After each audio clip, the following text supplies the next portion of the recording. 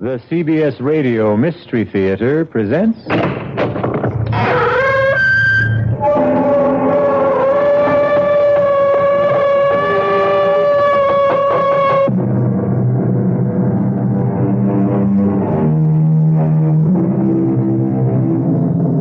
Come in.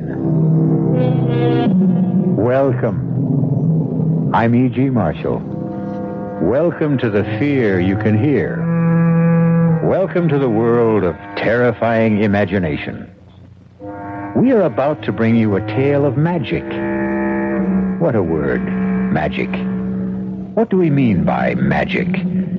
What are we thinking when we say something is magical? Why, only that we do not understand how it came to be, or even what it is that came to be, or, for that matter, if it ever really did come to be. I was standing between the windows. Those two big windows, you know, the ones with the great pier glass in between. And I was looking straight ahead, so I can't say that I saw the door open because I didn't. But all of a sudden, there was this terrible confusion. Men jumping from their chairs, some looking frightened half out of their wits, others with expressions of joy and anticipation, some of them crying out. Was it horror? Was it surprise? Was it delight? I couldn't tell. It was all mixed up.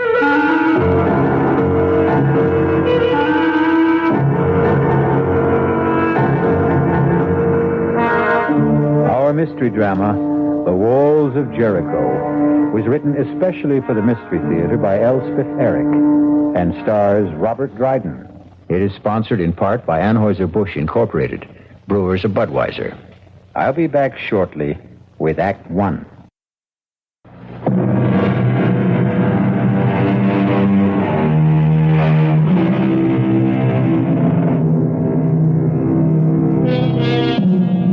Anything can have magic. A name, a poem, a face, a touch, a phrase of music, a sudden, silent thought that brushes across the mind. But it won't be captured. No, not magic. For magic merely happens. Watch out.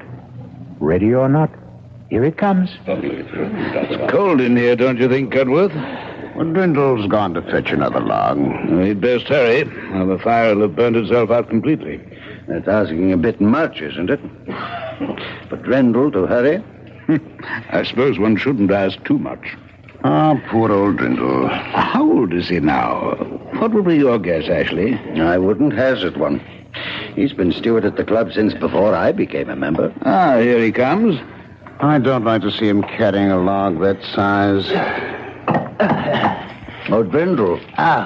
You wanted something, Mr. Ashley? Half an hour ago, Dwindle, I asked for a brandy and soda. But you have your brandy, Mr. Ashley. But have I my soda? Haven't you? Oh, you haven't. I'll get it for you right away, sir. Right away.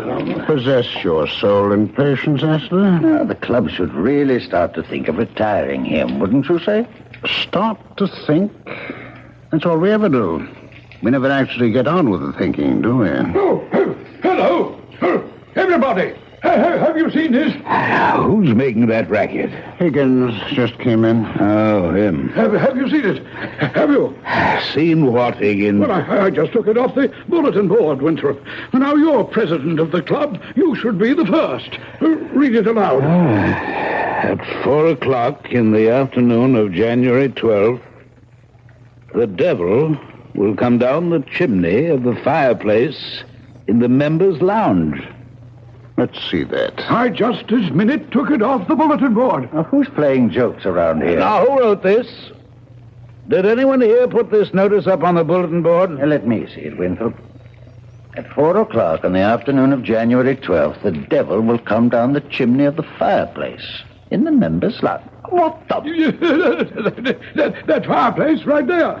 How very interesting. Not interesting at all. Just a feeble attempt to be funny. But it wasn't on the bulletin board this morning. Well, it wasn't there an hour ago when I came in from dinner. Now, was it, Cudworth? Well, I certainly didn't see it. Well, somebody put it there. The devil could have put it there. Oh, rubbish. Well, he might have. He's very ingenious. I've heard. Now, let's not let ourselves be carried away, Higgins. Mr. Ashley, sir? What is it? Your soda, sir. Well, set it down. Dwindle, have you seen this? What is it, sir? Mr. Higgins found it pinned to the bulletin board. Here, read it. At 4 o'clock in the afternoon, January 12th, the devil chimney of the fireplace in the members' lounge. What does it mean? It means that the devil will come down that chimney at 4 o'clock on January 12th. That's what it means. Oh, surely not, Mr. Higgins. Definitely not. It's a joke, isn't it? Of course it is. But, on the other hand... Really, Cudworth, you and your other hand. Let's mark it down as a joke until we know better. At least until then. Anyway, until the afternoon of January 12th at 4 o'clock.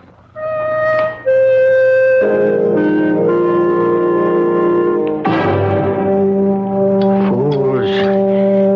Half-wits. Come to the table. Boobies, every one of them. Now, your oatmeal will get cold. Oats, clods. Don't blame me if it's spoiled. I bamboozled them like the bunch of noodles they are. Anytime you'd care to state what you're talking about, I'm all ears, as the saying goes. Meantime, come sit down. The esteemed high and mighty members of the Ralph Waldo Emerson Gentlemen's Club, from the president, the exalted Mr. Amos Winthrop, on down. Oh, them. Imbeciles. Now, you didn't go making trouble, did you? That remains to be seen. Because they're just waiting for an excuse to give you the sack. You're not so young anymore. I know that, Martha. And not always strictly teetotal on the job, I suspect. I'm never drunk.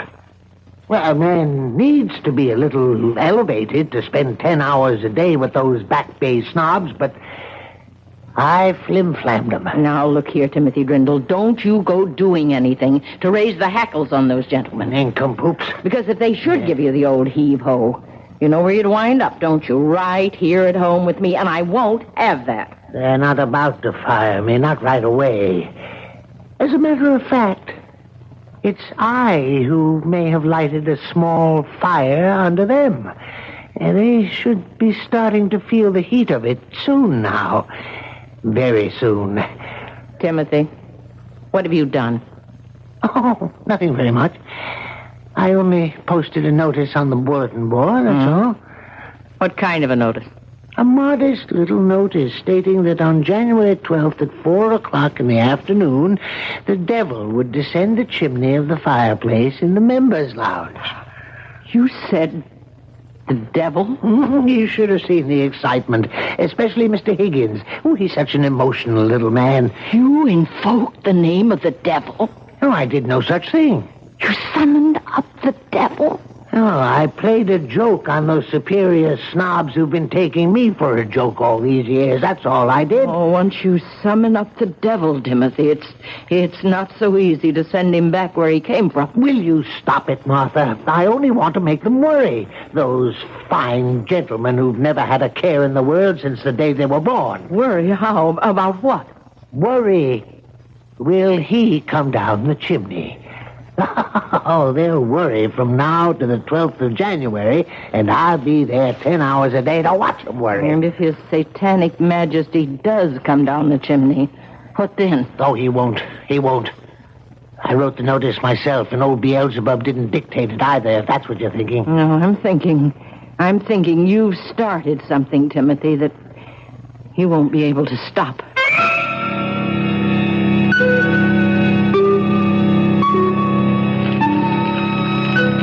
Your coffee, Mr. Winthrop? Oh, thank you, Drindle. That's quite a fire you've got going there. I always try to keep up a good, smart blaze, sir. Nothing special about this particular fire, Drindle? No, sir. It's January 12th, Drindle, and precisely 3 minutes before 4 in the afternoon. Is it indeed, sir? Oh, come off it, Grindle. Surely you're not indifferent to the heralded appearance of the Prince of Darkness down the chimney? Well, it's really no concern of mine, Mr. Winthrop. Well, the membership doesn't share your aplomb, Grindle. Lounges filled to overflowing. Oh, so it is, sir, and I'd best stir myself. Other gentlemen will be wanting coffee. Bring me a brandy, Grindle, if you have the time. All the time in the world, Mr. Higgins. Old Grindle's the only cool character in the room. Even Ashley, who thinks this whole thing's nonsense. Ashley doesn't even believe the devil exists, for goodness sakes. Well, he's still been sitting on that little hassock by the fireplace since noon. I tried to get him to lunch with me, but he wouldn't budge. Oh, suspects a trick, no doubt. What do you? Well, it is possible, I suppose. What, who'd want to play a trick like that? I mean, even if someone wanted to, how'd he go about it?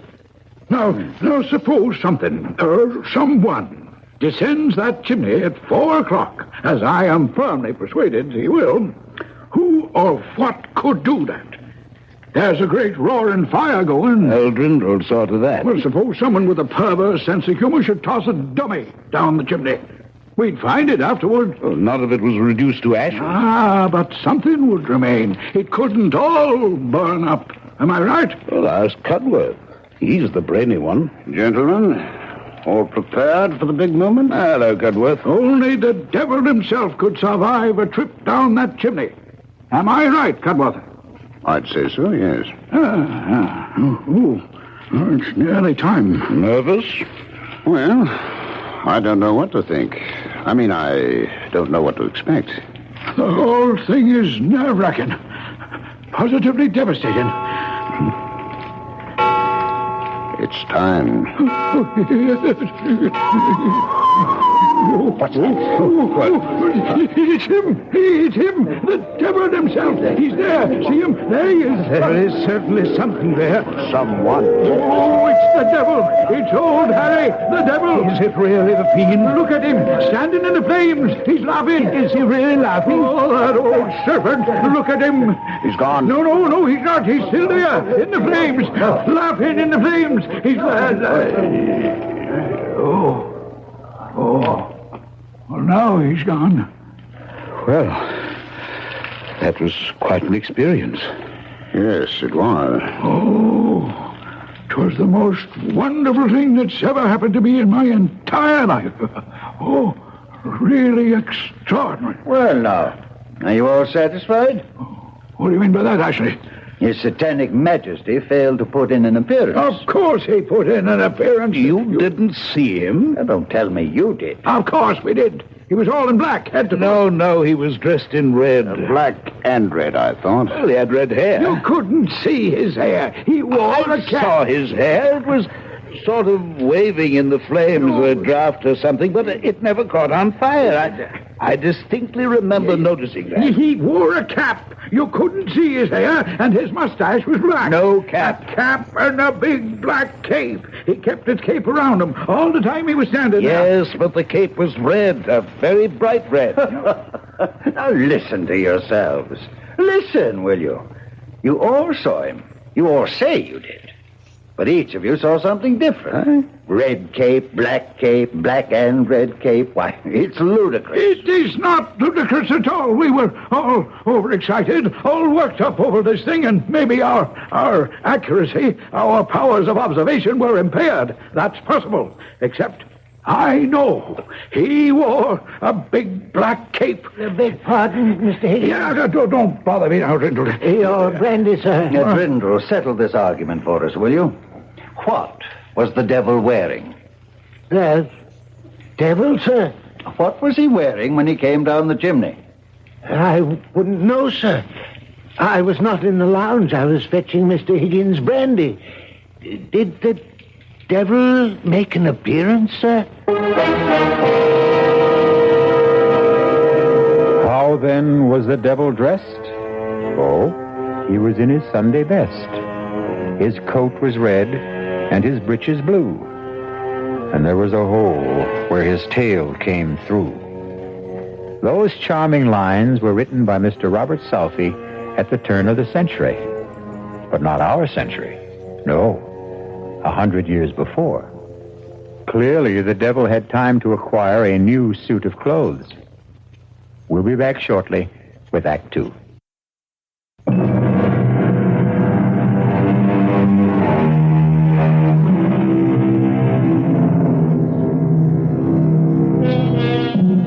Did the devil indeed descend the chimney of the Ralph Waldo Emerson Club in the afternoon of January 12th and stand laughing in the flames? There isn't complete agreement among the club members even now, more than a month later. Cudworth, I have to talk to you. Sit down, Winthrop. Have you seen it? I've seen it. It wouldn't do any good to take it down from the bulletin board, I suppose. Well, half the membership's already seen it and told the other half. Lightning strikes again. I never dreamed it would, did you? Well, it's a slightly different bolt of lightning this time. Not the devil. The White Goddess, I believe the notice said. I copied it down. On February 8th at 6 o'clock in the evening, the White Goddess will run naked through the members' lounge. Naked, eh? Cudworth, just who is the White Goddess? Daughter of Astarte, I believe. And, just who is Astarte? I'm sorry not to be up on these things, but it's not really in my area of concern. I believe Astarte is the goddess of fertility and sexual love. You don't say. That would account for her being naked, wouldn't it? Cudworth, do we still believe in such things? Goddesses of sexual love? Why shouldn't there be such a goddess? And why shouldn't she have a daughter? And why shouldn't the daughter be called the White Goddess? You don't believe she'll run naked across the members' lounge, do you? I didn't believe the devil would come down the chimney. But you did see him, didn't you? Yeah? Or something that looked very like him. Assuming, of course, I know what the devil looks like. Cudworth, I saw his horns. Did you indeed? Have you seen it? Have you seen the notice? Yes, we've seen it. Do you know that members are pouring in from all over the country? Oh, no. Members that haven't been inside the club in 20 years. We can't even begin to put them up. Half of them are stopping at hotels. Oh, heaven help us. Oh, cheer up, Winthrop. There's a chance the White Goddess won't show. I don't know, Cudworth. I have a sinking feeling that she will.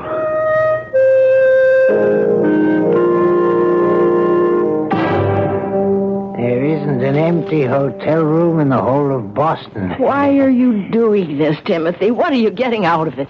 I'm getting something off my own back, that's what. I'll never understand you. You haven't up to now, that's for sure. Playing jokes on people at your age. It's no joke. Well, I don't know what else you could call it. It's a plot. A plot to make them squirm, those fine gentlemen with their fancy ways. Why should they go through their entire lives without knowing a moment's uncertainty or a pang of anxiety? They're always so damn sure of themselves. Well, they're not sure any longer. They're divided amongst themselves already on the subject of the devil. I hear them jawing away about it in the lounge. Was he there or wasn't he? What did he look like? What did he wear? Mr. Higgins says red. Mr. Winthrop says red and black. Mr. Cudworth says nothing at all, just looks wise. And Mr. Ashley says the devil never came down the chimney at all, so they're every last one of them crazy. I tell you, their chatter and their argument was driving me right up the wall. But I put a stop to it, all right. And just how did you manage to do that? By putting up the notice about the White Goddess. That's how. Now they're all talking about her. And when is this White Goddess making her debut? 6 o'clock tonight. And is she coming down the chimney? No, as the notice says, on February 8th at 6 o'clock in the evening, the White Goddess will run naked through the members' lounge. Where will she come from? How should I know? I only wrote the notice. But I think it would be nice if she came in through the main door and went out through a window.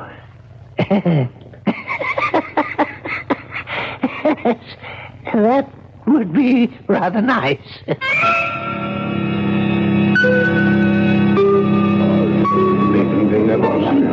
And the room is filling up. It's amazing. Oh, I don't know.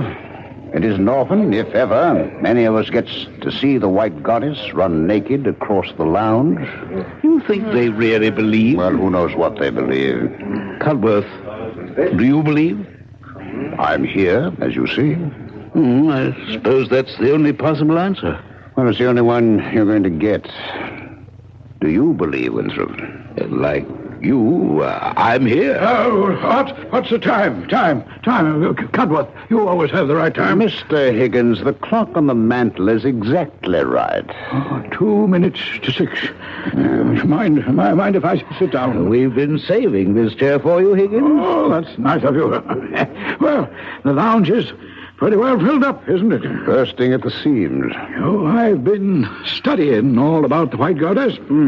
Daughter of Astarte, who in turn is the goddess of fertility and sexual love. Oh, you knew that. Cudworth told me. Cudworth, you really do know everything. On the contrary, I know very little. Well, you've always seemed to me to know everything. That's because you know less.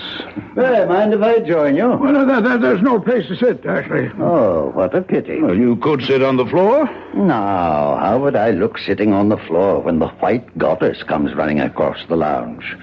No, I think I shall join old Drindle over by the window. And perhaps he'll fetch me a brandy. No, you haven't time. It's nearly 6. Oh, you mean I might miss her goddess-ship? Oh, my, that would never do. Oh, jeez.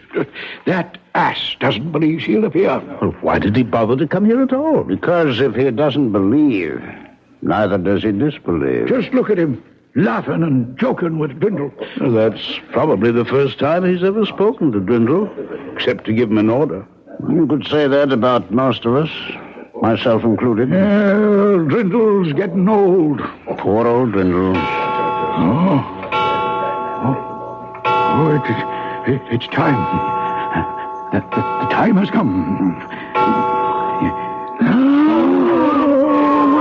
Look at her. She's beautiful.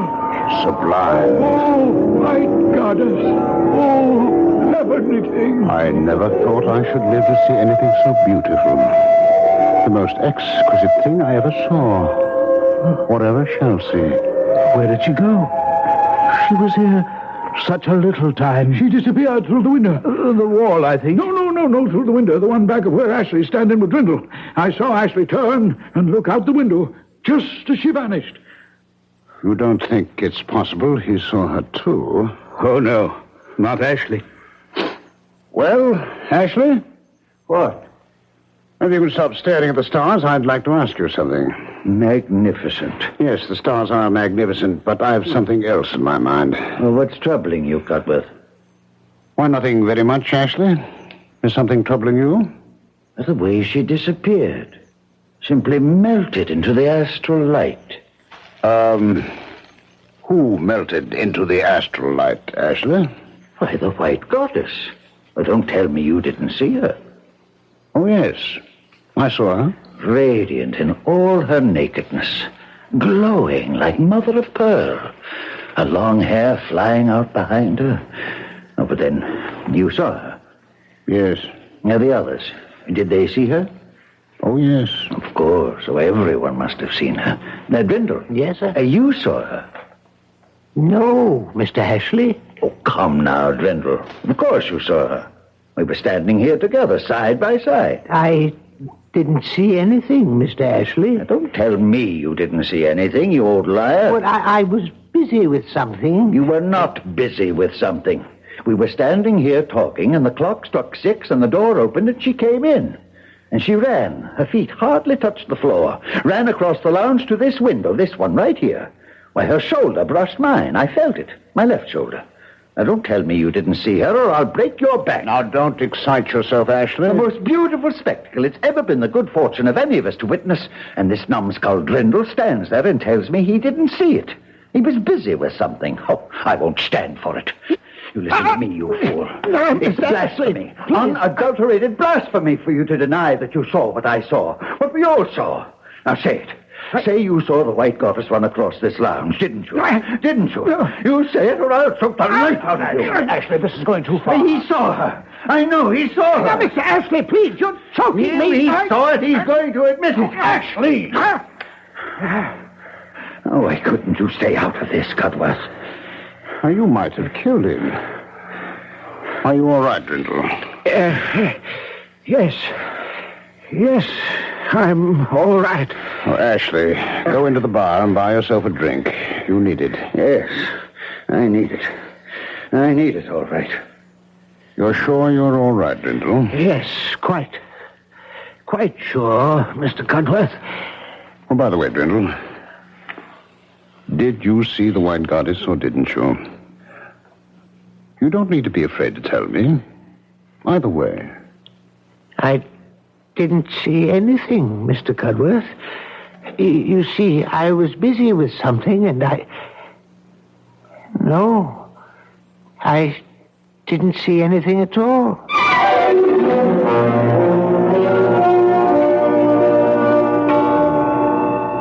Well, I think I must be getting on home. Yes, it's been quite an evening, hasn't it? Quite an evening. A never-to-be-forgotten evening. Beautifully put, Ambrose. Well, come along. I'll drop you off. Thank you. So long, everyone. Night all. Wake up, Ashley. Yes, I'll wait for you. Well, Cudworth?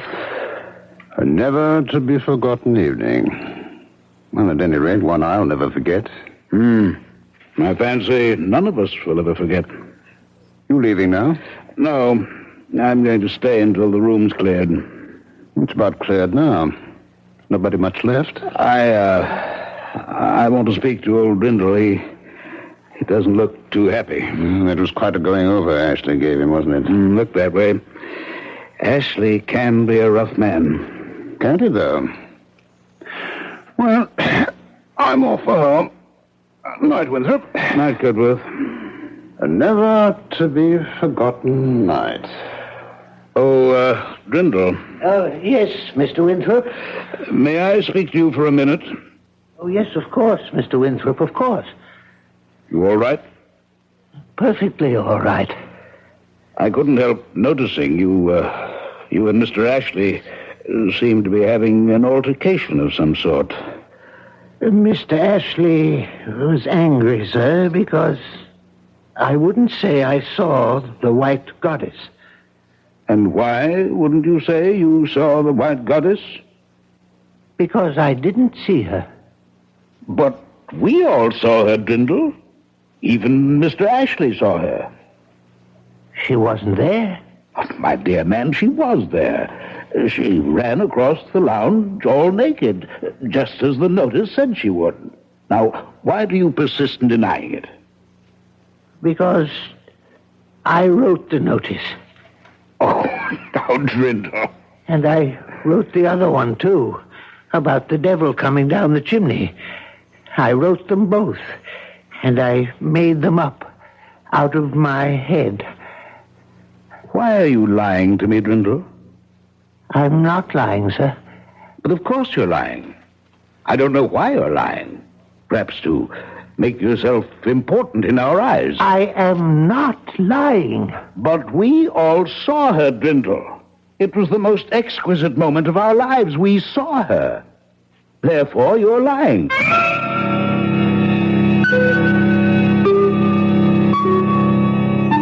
All minds are little. In this great universe of ours, man is a mere insect as compared with the boundless world about him, as measured by the intelligence capable of grasping the whole of truth and knowledge. Yes, Virginia, there is a white goddess. We'll be back shortly with Act 3.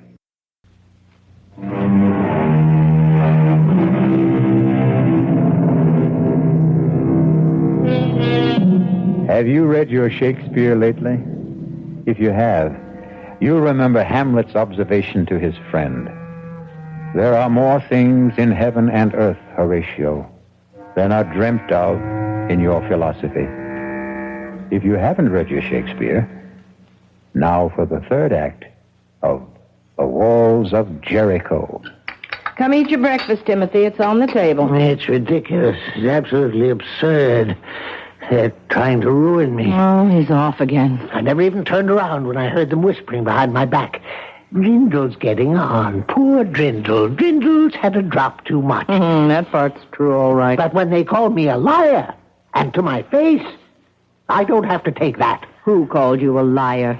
Mr. Amos Winthrop, the president of the club, the highest mucky-muck of all the high mucky-mucks, that's who. Well, what kind of a lie did you tell him? No lie. I told him no lie. I told him the God's own truth. That I had written those notices and put them up on the bulletin board. The one about the devil coming down the chimney and the one about the white goddess running naked across the lounge as well. Why wouldn't he believe you? Because he's a fool. The biggest fool in a pack of fools. I said, why wouldn't he believe you? He says he saw the devil, saw him come down the chimney and stand in the flames, and that most of the others saw him too. All but Mr. Ashley and a few other disbelievers. Oh, you should never have invoked the devil. I told you that at the time. But even Mr. Ashley is saying that he saw the white goddess run across the lounge. Radiant in her nakedness, he says, glowing like mother of pearl. Imagine Mr. Ashley talking like that. He says she brushed up against him, against his shoulder, and then went out through the window and melted into the astral light. Mr. Ashley, of all people. Maybe it happened. How could it have happened when I made it all up? Well, come, eat your breakfast. No, I can't. I'm too upset. You're more upset than they are. Those fine gentlemen you were going to teach a lesson. Oh, don't you worry. I'll fix them. I'll put up another notice. Oh, now, Timothy, don't start up again. Only this time I'll make it so crazy, so outlandish, they'll see that it's only a joke. They won't be able to help themselves. Yeah, now, let's see. Where's a pen? And a piece of paper. Now, what shall I... I need to get them excited, all worked up, waiting for something, and then the let down when it doesn't happen. That's what I'm after. Yes, I've got it. On March the 2nd at 5 o'clock, you see, they'll all be having drinks in the lounge about that time. At 5 o'clock, a leopard will enter... No, not a leopard. A tiger will enter the members' lounge. How's that? As long as you don't make it the devil. No, better yet. 3 tigers will enter the members' lounge. No, I don't like enter. It's too sedate sounding, too tame. We'll come through the windows. No, we'll crash through the windows. That's good. We'll crash through the windows of the members' lounge. There. That should put Mr. Winthrop in his place. Somehow, Timothy, I don't think you were born to put Mr. Winthrop in his place. That's where you're wrong, Martha. It's precisely what I was born for, and this'll do it. Wait a minute. I thought of something else. What now? Listen to this. On March the 2nd at 5 o'clock, 3 tigers will crash through the windows of the members' lounge, one of them carrying a chicken in his mouth. Oh. Yeah. How's that, Martha? Huh? How's that? Oh, that's perfect.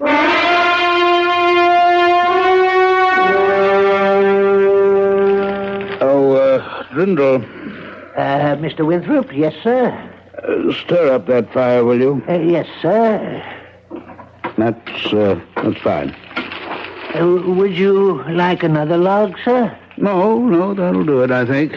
Weather's letting up a bit. Yes, it seems to be. You're in the club a bit early today, sir? Yes, a bit. Why, yes, it's only a little after 4. Are you waiting for the tigers, sir? How's that? I just thought perhaps you might have wanted to be the first one on hand when the tigers crashed through, that's all. You're being impertinent, Drindle. That's very unlike you, Drindle. Is it, sir? Same as you're lying. It was unlike you to lie to me. Yeah, I suppose it was. You know it was. Now, you're not going to tell me the latest notice on the bulletin board was also your invention, are you? I'm not going to tell you anything, Mr. Winthrop. Well, I'm glad to hear that. I'm sure you'll agree that it's not my place to tell you anything. I most certainly and emphatically do agree. I thought you would. Not that I'm certain that the three tigers will crash through the windows. No, I'm not certain at all. It's absurd on the face of it, isn't it? Most absurd. 3 tigers. Well, now. Perfectly ridiculous. And one with a chicken in his mouth. It's laughable. Well, don't laugh, because it just may happen, precisely as the notice predicts. We simply do not know. I promise not to laugh.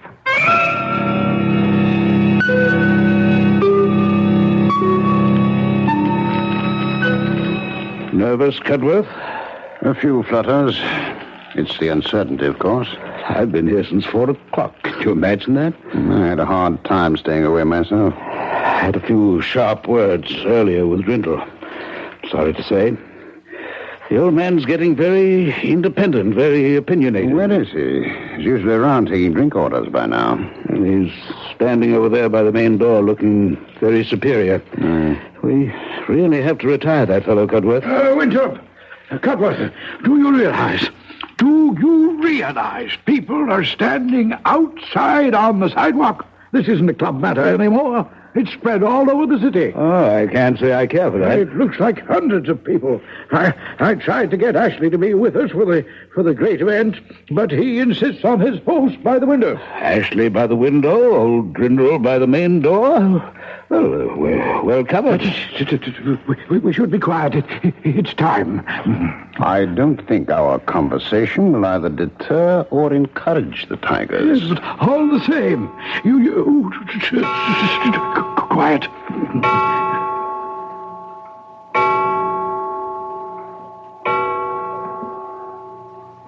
Here they come! Oh, look there! Oh, Lord Davis! There they are! I see 3 of them. 3 tigers. And one has a chicken in his mouth. But they're making for the door. Out of the way, Brindle! Out of the way! Brindle! Oh, God! He doesn't see them.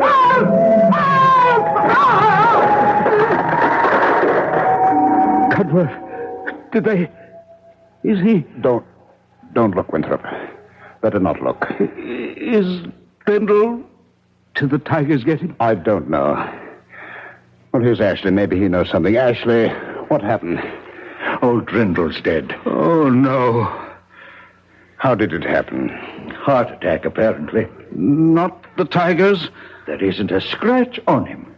They simply jumped over him, knocked down the big door, and disappeared.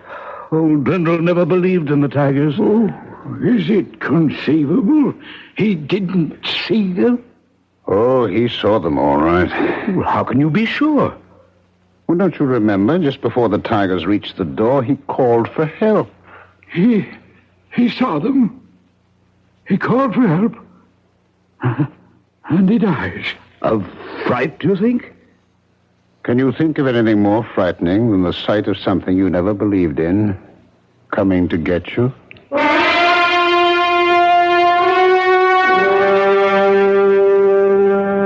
Let's step in here for a few minutes, gentlemen.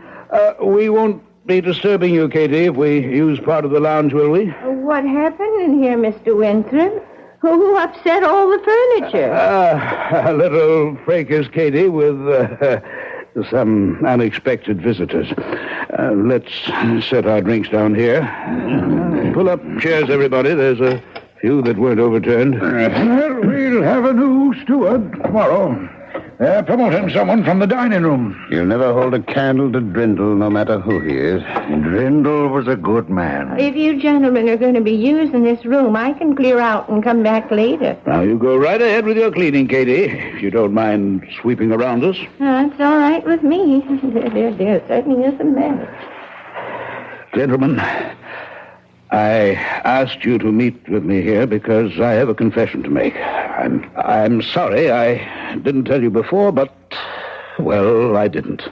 But now I must.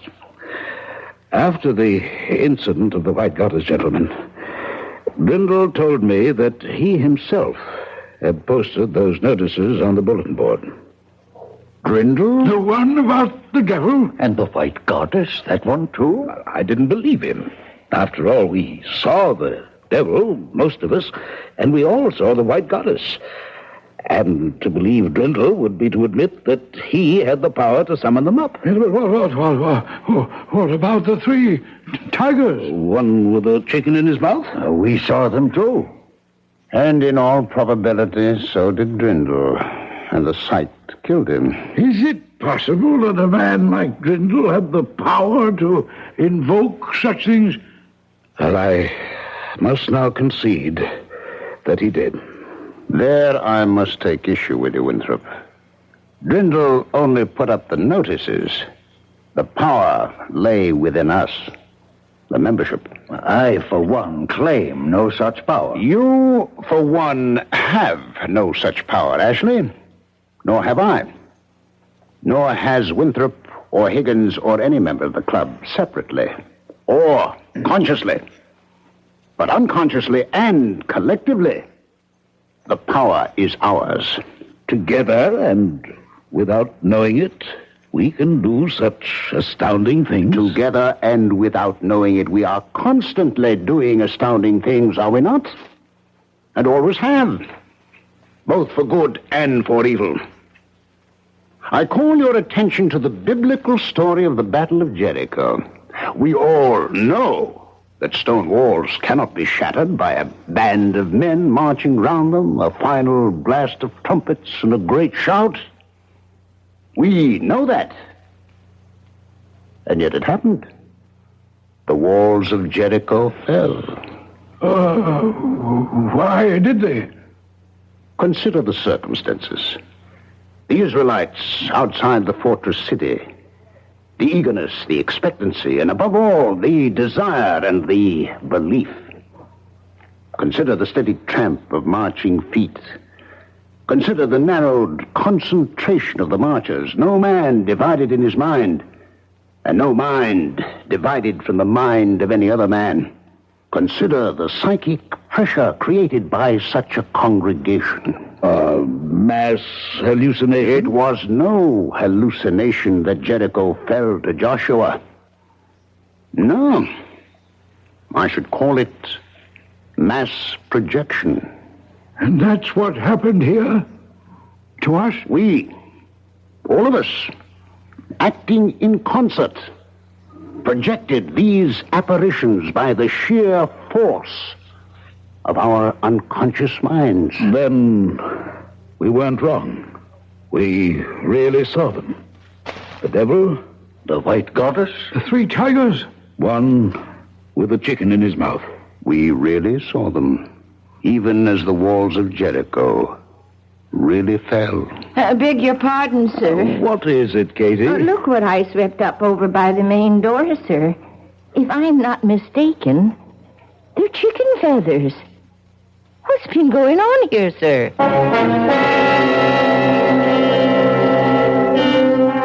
And so ends our tale of magic.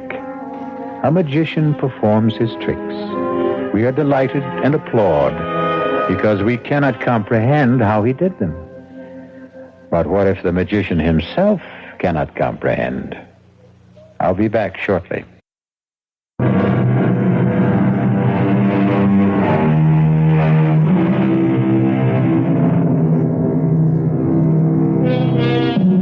Seek to know the truth, for the truth shall make you free. I believe that, but it's a long search and a weary one.